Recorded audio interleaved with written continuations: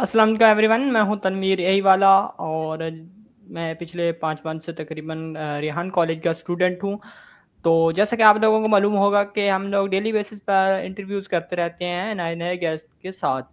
तो आज के जो हमारे गेस्ट हैं वो बहुत ही ज़्यादा स्पेशल गेस्ट हैं जिनका नाम है समी खान फैक्ट्री वाले, जो कि हमारे AI teacher training boot campus के स्टूडेंट भी हैं। तो सबसे पहले जानते हैं इनकी लाइफ जर्नी के बारे में, इनका इंट्रोडक्शन जानते हैं और इनकी लाइफ जर्नी के बारे में जानते हैं। तो अस्सलाम वालेकुम समीर भाई, आप कैसे हैं? वालेकुम सलाम। तनवीर भाई, आप कैसे हैं?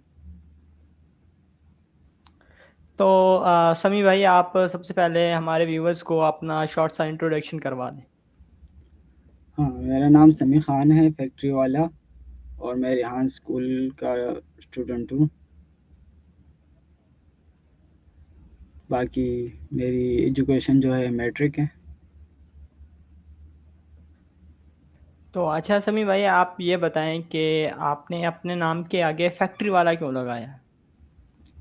फैक्ट्री वाला इसलिए कि मुझे थोड़ा बहुत ज़्यादा तकरीबन एक्सपीरियंस है। फैक्ट्रियों में काम किया हुआ है मैंने।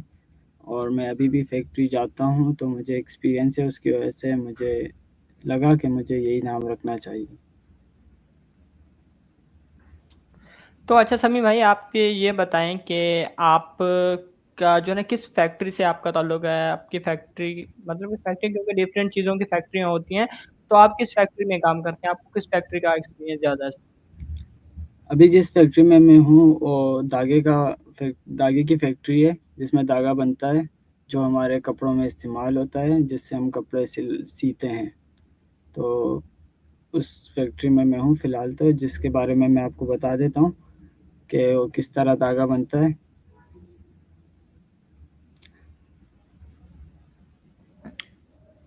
तो अच्छा आप ये बताएं कि आप ने अपनी मतलब कि एज में कब आपने फैक्ट्री में काम करना शुरू कर दिया? आज से 5 साल पहले, 2 साल पहले, या अभी अभी आपने शुरू किया है धागे की फैक्ट्री में काम करना? फैक्ट्री तो मैं बहुत टाइम से जा रहा हूँ, अब्बू के साथ जाता था, उसके बाद अब रेगुलर हुआ हूँ। तो काफ़ी साल हो गए, तकरीबन साढ़े 3-4 साल तो हो गए। तो अच्छा मुझे ये बताएं कि आप धागे की फैक्ट्री में काम करते हैं, तो आपका धागे की फैक्ट्री फैक्ट्री में क्या रूल होता है? आप उसमें क्या काम करते हैं? मेरा तो स्टॉक का काम होता है। मैं स्टॉक देखता हूँ कि क्या चीज़ गई, क्या आई और कितना धागा यूज़ हुआ। क्योंकि धागे में बहुत सारी किस्में होती हैं और उसके बहुत सारे काउंट होते हैं, जो आपको याद रखना और अपने माइंड में रखना ज़रूरी होता है। तो मैं स्टॉक का काम करता था। अच्छा, तो स्टॉक का काम करते हैं। तो आप थोड़ा हमारे व्यूअर्स को ये समझा पाएँगे कि धागे का इब्तिदाई अमल कैसे, धागा शुरू से कपास से धागा कैसे बनता है और फिर उससे जो है ना स्टॉक को कैसे आप डिलीवर करते हैं और वो कहाँ जाता है? हमारा जो सबसे पहले और वो होता है, हम एक शिपमेंट मँगवाते हैं जिसमें हमारे पास धागा आता है। आप कहीं से भी मँगवा सकते हैं, हम तो चाइना से मँगवाते हैं। धागे में आपके पास बहुत सारे काउंट आते हैं, जैसे 30-2 होता है, 30-3 होता है, 40-2, 50-2। तो ये बहुत सारे काउंट होते हैं, तकरीबन 40-50 काउंट होते हैं इसी तरह के। इसका मतलब ये होता है कि 40-2 जो होता है वो बारीक कहलाता है, 30-2, 30-3 ये धागा थोड़ा मोटा होता है। जो 50-3 होता है वो हम जो नॉर्मल कुर्ता शलवार है उसमें यूज़ करते हैं। 30-2, 30-3 जो होता है वो आपके पैंट में और शर्ट्स में यूज़ होता है। तो इसको हम जब मँगवा लेते हैं, अपने पास स्टॉक कर लेते हैं बाहर से, तो उसके बाद हम फैक्ट्रियों में अपने मार्केटर्स भेजते हैं, जो मार्केटिंग करते हैं हमारे लिए। वो फैक्ट्रियों में जाते हैं, वहाँ से ऑर्डर लाते हैं। जब ऑर्डर लाते हैं तो उसमें हमें ऑर्डर में सब कुछ डिटेल्स लिखी हुई होती है कि किस रंग का उनको धागा चाहिए, कितनी कोने चाहिए, कितनी नलकियाँ चाहिए।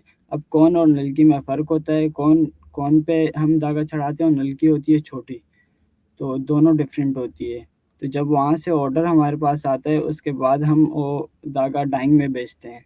पहले हम ये देखते हैं कि उनने हमें कितनी कोनें मँगवाई है, फिर हम डिवाइड मल्टीप्लाई करके और बंडल होता है, जो हमारे पास कोन आता है उसको हम बंडल में शेप दे देते हैं। फिर बंडल से हम उसको मल्टीप्लाई डिवाइड करके उसके कोनों का हिसाब निकालते हैं। जब वो डाइंग से आ जाता है तो फिर वो वाइंड पे जाता है, वाइंड होके और फिर एक बंडल की शक्ल में कोन की शक्ल में बन जाता है। कोन के बाद हम उसको स्पूल करते हैं। स्पूल से फिर हम नलकी भी बना सकते हैं और कोन भी बना सकते हैं। उसके बाद हम डिलीवर करते हैं। ओके, तो आप ये बताएँ कि आप पाकिस्तान में क्योंकि कपास वग़ैरह होती है, सब सारी चीज़ें होती हैं, तो धागा आप चाइना से जो मँगवाते हैं, उसकी क्वालिटी अच्छी होती है या फिर उसमें क्या खूबियाँ हैं जिसकी वजह से फैक्ट्री वाले जो होते हैं वो धागा चाइना से या आउट ऑफ कंट्रीज़ से मँगवाते हैं? आउट ऑफ कंट्री से मेरे ख़्याल में धागे का जो प्रोसेस है ना, वो बहुत लंबा होता है। तो इसलिए हमें पता है कि हमें काम चलाना है, तो हम डायरेक्ट ऑर्डर करते हैं। उसमें हमें बचता भी है और फ़ायदा होता है, इसलिए हम करते हैं ऐसा। अच्छा, तो आपको फैक्ट्रियों का तो काफ़ी ज़्यादा एक्सपीरियंस है, तो आपने आपके नाम क्या-क्या फैक्ट्री वाला लगाया है, तो क्या आप फ्यूचर में अपनी कोई फैक्ट्री बनाना चाहते हैं या आप मतलब कि कोई आपके ज़हन में आइडिया है फैक्ट्री को लेकर, तो आपने फैक्ट्री वाला लगाया है? जी, बिल्कुल, इंशाअल्लाह अल्लाह ने चाहा तो इंशाअल्लाह ज़रूर अपनी फैक्ट्री तो वालिद साहब की है, लेकिन उनके साथ होते हैं। इंशाअल्लाह उसको बढ़ाएँगे, अब्बू के साथ ही।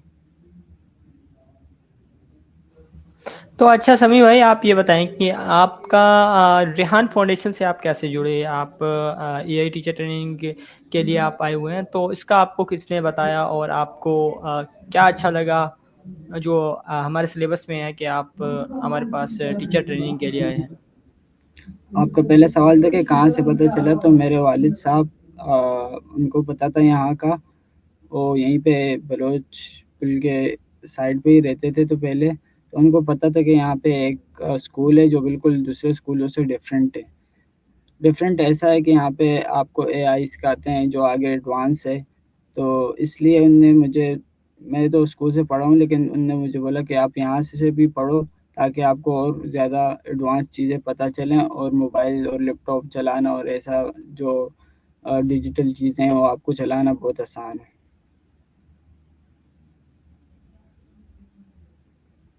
आपका माइक म्यूट है शायद। तो समी भाई आप मुझे ये बताएँ कि आप ने मैट्रिक की, मैट्रिक करने के बाद आपने कुछ और भी किया या आपने फैक्ट्रियों में काम करना स्टार्ट कर दिया और आपकी क्या डेली रूटीन रही है अब तक? मैट्रिक के बाद मैंने कॉलेज में एडमिशन लिया। मैं अभी पेपर देने जाऊँगा, लेकिन उसके साथ-साथ मैंने फैक्ट्री में जाना भी स्टार्ट किया, वो भी सीखना स्टार्ट किया जो मेरे वालिद साहब करते हैं। क्योंकि वालिद साहब को सहारे की ज़रूरत हर वालिद साहब को होती है, लेकिन मैंने कहा कि पहले से ही मैं ट्रेन हो जाऊँ इस चीज़ के लिए। तो अच्छा ये बताएँ आप कि आप एक तो फैक्ट्री में काम करते हैं, दूसरा आपने कॉलेज में भी एडमिशन लिया हुआ है और तीसरा आप जो है ना एआई टीचर ट्रेनिंग के बूट कैंपस में, तो इन सारी चीज़ों को आप मैनेज कैसे करते हैं? मैनेज करने वाला होना चाहिए, हर चीज़ मैनेज हो जाती है। बाकी मैं फैक्ट्री भी जाता हूँ, उसके बाद मैं आपके ट्रेनिंग रेहान स्कूल भी आता हूँ, उसके बाद अपना कॉलेज का भी पढ़ता हूँ। कॉलेज में जाता नहीं हूँ, वो अलग बात है, लेकिन मैं उसका पढ़ता हूँ ताकि पेपर के लिए मैं रेडी रहूँ। तो आप ये बताएँ कि आपको जो पढ़ाई होती है क्योंकि आपने मैट्रिक भी की है और अब आप एआई टीचर ट्रेनिंग के लिए आए हुए हैं, यहाँ पर भी एक किस्म की बुक्स होती हैं, तो ये भी आप पढ़ते हैं और फिर आप काम करते हैं, तो आपको इनमें से क्या डिफ़रेंट लग रहा है अब तक? मतलब जो दूसरे स्कूलों में बुक्स थी और यहाँ की बुक्स में क्या डिफ़रेंट लगा है? जी, जी। दूसरे स्कूलों में यार आपको बस जो सिंपल होता है पढ़ाते हैं हर स्कूल में। एक ही बुक होती है साइंस, मैथ्स और इंग्लिश। यहाँ पे सब डिफरेंट है। यहाँ पे आपको मोबाइल चलाना सिखाते हैं, मतलब हर वो चीज़ सिखाते हैं, कोडिंग सिखाते हैं। तो यहाँ बहुत डिफरेंट चीज़ें हैं। तो इसलिए मैं वालिद साहब ने मुझे बताया और मैं यहाँ पे आया और मेरा इंटरेस्ट इतना बढ़ा कि मैं आप लोगों के साथ जुड़ गया।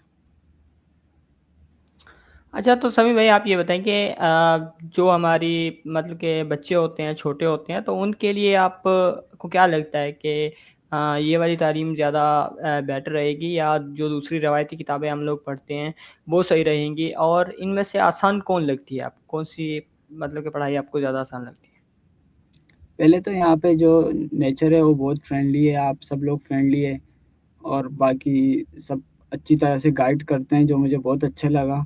कोई इंस्ट्रक्शंस वगैरह इतना नहीं है कि आपने फ़ोन यूज़ नहीं करना, आपने बाल छोटे रखने हैं वगैरह-वगैरह जो स्कूलों में होता है। बाकी बच्चों के लिए तो बहुत ही बेहतरीन है क्योंकि आजकल का जो ज़माना आ रहा है वो एआई का है और उसकी वजह से मैं भी यही कहता हूँ कि अब बच्चों को यही सीखना चाहिए। लेकिन इसका यूज़ अ, अच्छा करना चाहिए क्योंकि बच्चे समझ नहीं पाते चीज़ को और वो कुछ और कर सकते हैं। तो अच्छा समी भाई आप ये बताएँ कि आपके ज़हन में कोई ऐसी प्रॉब्लम हो क्योंकि आपको फैक्ट्री का काफ़ी ज़्यादा एक्सपीरियंस है तो फैक्ट्री को लेकर जिसमें आपको लगे कि इसमें कोई कुछ किसी सॉफ्टवेयर को इंक्लूड करना चाहिए या फिर कोई ऐसा ये टूल होना चाहिए जो फैक्ट्री वालों के काम को आसान कर सके, तो वो क्या होगा? सबसे पहले जो हमारे पास वर्कर्स होते हैं ना, वो बंडल चलाते हैं या स्पूल करते हैं। तो हमें उसका जो बैलेंस होता है ना, वो हमें नहीं मिलता। अक्सर मैं मुझे उसमें बहुत मुश्किल होती है ढूँढने में कि उनने कितना बंडल चलाया, कितना स्पूल किया। यानी बंडल बना के उसको कितना स्पूल किया और बाकी पीछे कितना रह गया। तो इसमें मुझे मुश्किल होती है। मैं ज़रूर इसके बारे में एआई से पूछूँगा कि वो मुझे कोई ऐसा सॉफ्टवेयर या कुछ बताए और या मैं आप लोगों से सीखूँ रेहान स्कूल में, तो इंशाल्लाह ज़रूर ट्राई करूँगा ये चीज़। जी, बिल्कुल ज़बरदस्त कि आपके ज़हन में एक बहुत अच्छा आइडिया है। तो इंशाल्लाह आप बिल्कुल सीखेंगे एआई से सॉफ्टवेयर्स कैसे बनाए जाते हैं और फिर आप जाकर बनाएँगे। और मुझे ये बताएँ कि आप अगर आईटी की फ़ील्ड में आपको कोई एक फ़ील्ड चूज़ करनी हो तो आपकी इंटरेस्टिंग फ़ील्ड कौन-सी होगी? मैं तो चाहता हूँ कंप्यूटर में जितनी भी चीज़ें सीख लूँ लेकिन ऐसा हो नहीं सकता, लेकिन मैं चाहता हूँ कि एमएस ऑफ़िस जो नॉर्मल चीज़ें एआई का यूज़, चैट जीपीटी का यूज़, जो हमारी ज़िंदगी को और हमारे सवालात को आसान बना दें, उन चीज़ों को मैं सीखना चाहूँगा आईटी के उसमें। तो अच्छा समी भाई आप ये बताएँ कि आप रेहान स्कूल से जुड़ने से पहले आप दिन में कितनी दफ़ा चैट जीपीटी यूज़ करते थे? कोई ये टूल यूज़ करते एक दिन में? अंदाज़ा हो तो? मुझे तो याद नहीं कि मैंने कभी चैट जीपीटी यूज़ किया हो इससे पहले। यहाँ पर आया हूँ तो डेली यूज़ होता है और मुझे बिल्कुल याद नहीं है कि मैंने कभी यूज़ किया हो, बहुत मुश्किल से किया होगा। वो भी कोई मेडिसिन के बारे में पूछने के लिए या ऐसा कुछ, तो बहुत कम यूज़ किए हैं। तो अच्छा आपकी ट्रेनिंग ख़त्म हो जाती है या फिर आप चले जाते हैं, तो उसके बाद आपको क्या लगता है कि आपकी जो डेली की रूटीन होती थी जिसमें आप मोबाइल यूज़ करते थे, उसमें आप कितना एआई को यूज़ करेंगे, चैटजीपीटी को? क्योंकि डेली आपको प्रॉब्लम्स भी आती हैं, आपके ज़हन में नए-नए आइडियाज़ भी आते हैं, तो आपको लगता है कि आपकी जो चैटजीपीटी यूज़ करने की रेशो है, वो बढ़ जाएगी पहले की निस्बत? जी, जी, बिल्कुल बढ़ गई है। मेरा एक दोस्त है, वो फ्राइज़ का काम करता है, तो उसने मुझसे कुछ सवालात किए। मैंने मोबाइल पे एआई खोला, चैटजीपीटी खोली और वही सवाल उनको दिए। उनने मुझे जो जवाब दिए, वो मैंने उनको दिए। वो समझा कि भाई ये समीह भाई तो बहुत ही ज़्यादा एक्सपीरियंस रखते हैं इस चीज़ में, लेकिन वो मेरे सवाल नहीं थे, वो चैटजीपीटी के थे। तो मैं समझता हूँ बहुत ज़्यादा अहम है ये चीज़ चैटजीपीटी, जो हमारे हर मुश्किल को आसान कर देती है। अच्छा, तो बहुत ही ज़बरदस्त क्योंकि बंदा अपना ज़हन को यूज़ करने से ज़्यादा हमें चाहिए कि हम लोग चैटजीपीटी से आइडियाज़ लें क्योंकि हम बोझ डालें अपने दिमाग पर। खुद से भी इंसान को सोचना चाहिए, नए-नए आइडियाज़ लाने चाहिए लेकिन चैटजीपीटी से आप हम अपने काम को काफ़ी ज़्यादा आसान बना सकते हैं। तो आप ये बताएँ कि चैटजीपीटी है और दूसरे भी दीगर एआई टूल्स हैं, तो आपका कोई फ़ेवरेट टूल हो तो आप वो ज़रूर बताएँ कि वो आपका किस तरह से आपकी हेल्प करता है वो टूल? कैनवा है जो मेरी हेल्प करता है वीडियोज़ बनाने में, उसमें मैं किसी टाइप की भी वीडियो सर्च करूँ तो मुझे मिल जाती है और चैटजीपीटी है, वो हर चीज़ डिस्क्रिप्शन हो, कुछ भी बनाना हो मुझे, वो मुझे बता देती है, कोई सॉन्ग बनाना हो, सब कुछ बता देती है, तो मुझे बहुत अच्छा लगा। तो आपने अगर टास्क भी स्टार्ट किए तो आपको अब तक कोई भी मुश्किल पेश आई हो, तो आप बताएँ कि आपको कौन-सा टास्क ज़्यादा मुश्किल लगता है एंड और कौन-सा टास्क है जो आपका फ़ेवरेट हो, आपको आसान भी लगता हो और आपको मज़ा भी आता हो? अभी तो मैंने कुछ ख़ास टास्क नहीं किए, जो किए हैं उसमें एक सॉन्ग बनाना मुझे बहुत पसंद आया। बाकी चैट जीपीटी से बात करना बहुत पसंद आया। तो अभी मैं और टास्क करूँगा, इंशाल्लाह मुझे और भी पसंद आएगा, क्योंकि जो टास्क हैं वो बड़े मज़े के हैं। तो अच्छा ये बताएँ कि आप इससे पहले आप सोशल मीडिया पर अपनी वीडियोज़ वग़ैरह डालते होंगे, तो आपको जो है ना कंफर्टेबल फ़ील नहीं करता, क्योंकि हर बंदा तो आज मैंने आपको जैसे कि बोला था कि आप वीडियोज़ बनाएँ, तो आप बोल रहे थे मुझे इतना ज़्यादा कॉन्फिडेंस नहीं है। तो क्या आपको लगता है कि जब मैं 40 प्लस इंटरव्यूज़ कर लूँगा और बाकी जो दीगर एआई सेशंस हैं वो कर लूँगा, तो आपको थोड़ा कैमरे के सामने जो है ना कॉन्फिडेंस से बोलना आ जाएगा? जी बिल्कुल, इससे पहले मैं वीडियो पोस्ट करता था, लेकिन अपनी बिल्कुल नहीं करता था। वो मतलब गेम्स की वगैरह करता था। तो जहाँ पे मेरी शक्ल आती है और मुझे बोलने का कहते हैं, तो वहाँ पे मेरा कॉन्फिडेंस डाउन हो जाता है।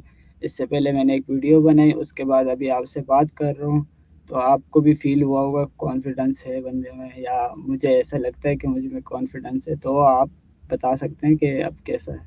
क्योंकि पहले वीडियो मैंने बनाई थी, मुझे बहुत अजीब लग रहा था कि मैं किस तरह बात करूँ। नहीं, नहीं, अब तो माशाल्लाह से आप कैमरे के सामने अच्छा बोल रहे हैं, और इंशाल्लाह जब आपकी ये ट्रेनिंग ख़त्म हो जाएगी, तो आप इससे भी ज़्यादा अच्छा बोलेंगे, आपको अच्छे सवाल करना आएँगे और अच्छा किसी को एक्सप्लेन करना आएगा।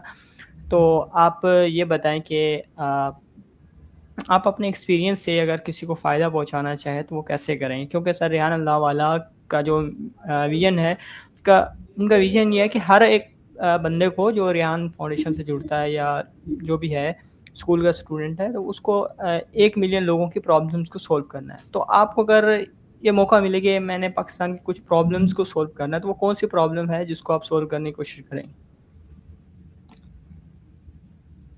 यार रोडों का बुरा हाल है फ़िलहाल कराची में, तो मैं कोशिश करूँगा रोड सही करूँ। रोड सही होंगे तो ट्रैफ़िक हादसे नहीं होंगे, ट्रैफ़िक हादसे नहीं होंगे तो लोगों की जान बचेगी। तो इस तरह मैं चाहता हूँ कि पहले जो रोड है इनको सही कर दें, बाकी फिर जो खटारा गाड़ियाँ हैं वग़ैरह, रिक्शे-विक्शे इनको भी कम करूँगा, बाइक्स वग़ैरह हैं।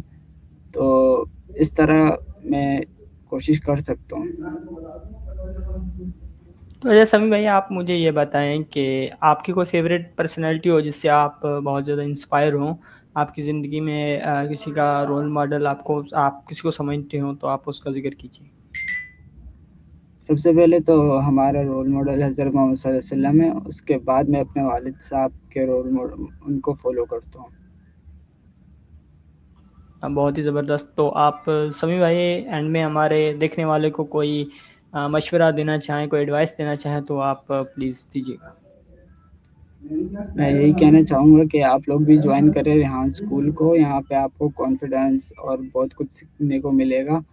यहाँ पे आपको एआई सिखाएँगे, आपकी जो ज़िंदगी में मुश्किलात आते हैं वो आसान हो जाएँगे, क्योंकि मैं यहाँ आया हूँ, मैं एक ऐसा था और कुछ ही दिन हुए हैं, कुछ 1 हफ़्ता हुआ होगा, और मेरा कॉन्फिडेंस बाकी एआई का यूज़ करना और अपनी अ, मुश्किल को हल करना कितना आसान हो गया है, मुझे पता चल गया। आपको मैंने अभी बताया कि मेरा दोस्त था फ्राइज़ के बारे में मुझसे पूछ रहा था कि टेला खोल रहा हूँ, बाकी ऐसा-वैसा, तो मैंने एआई से पूछ के उसको बताया और उसको लगा कि मैं इतना काबिल हो गया हूँ। लेकिन इंशाल्लाह मैं भी काबिल होऊँगा, लेकिन आप समझ सकते हैं एआई के ज़रिए ये सब हुआ है, तो मैं भी यही चाहूँगा कि आप इस स्कूल को जॉइन करें और अपनी काबिलियत को बढ़ाएँ। तो बहुत ही ज़बरदस्त समी भाई कि आपका बहुत-बहुत सबसे पहले शुक्रिया कि आपने अपना कीमती वक़्त दिया हमें। और तो ये गाइज़ ये थे हमारे समी भाई, जो कि अभी इन्होंने नया-नया जॉइन किया है हमें और 1 हफ़्ता हुआ है इनको ऑलमोस्ट। तो जब इनकी ट्रेनिंग कंप्लीट हो जाएगी तो इंशाल्लाह फिर से इनका मैं इंटरव्यू करूँगा और इंशाल्लाह आप लोगों को बहुत ज़्यादा जो है डिफरेंट नज़र आएगा। तो यहीं पर एंड करते हैं और तमाम हमारे देखने और चाहने वालों का शुक्रिया। अल्लाह हाफ़िज़। अल्लाह हाफ़िज़।